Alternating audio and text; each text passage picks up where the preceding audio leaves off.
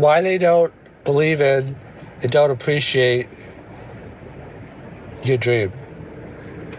So there's a short answer, and then there's a little bit more expansive answer. So the short answer is they don't believe in your dream because they have their own dream.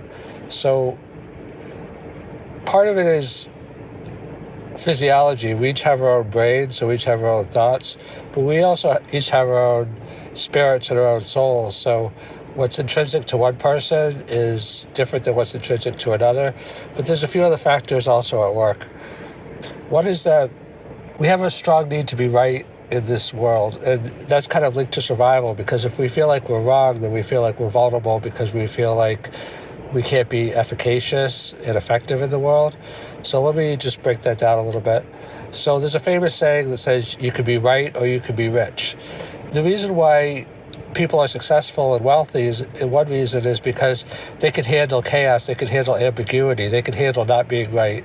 So like an entrepreneur, they say is a person that has a high threshold for pain, because being an entrepreneur, like Gary Vaynerchuk says, is like getting punched in the face every day, which is definitely true. Or some people have said that being an entrepreneur is like eating glass, because it's just solving problems, and it's solving other people's problems one after another, which is not easy or always fun. So mature people, successful people can let other people be right because they know that other people have a need to be right, and you don't feel like you lose your sense of self. People that have a weaker sense of self, they always have to be right because they feel like their sense of being right is what gives them control in the world, maybe a false sense of control, but control of the world and being able to survive ultimately. So they don't want to give up that control. They don't want to give up that idea of being right, because if they feel like they're wrong, then they feel like other people will take advantage of them, the world not good to them. There's a lack of trust in the world because there's a lack of trust in themselves. So getting back to vision, they don't believe in your vision because it's a threat to their vision. Because if you're right, how can they be right if they have a different vision than you? So they can't support you because they want you to support them. See, it's kind of paradoxical, because in this world you have to give before you can get. But most people don't realize that to a sufficient degree to be super, super successful. Most people operate under a scarcity principle, a win-lose, that for me a zero-sum game. For me to win, you have to lose.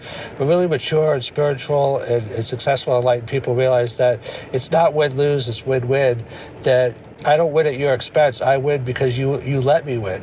I win because I help you to accomplish your dreams.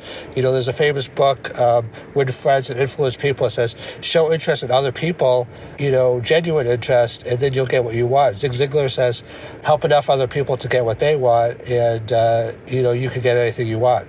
So basically, your dream is your dream. Other people are not going to run around jumping up and down your dream, unless it helps them fit into their dream. So that's why success in business is just about value creation, which is basically just helping other people fulfill their dreams and their needs and their goals.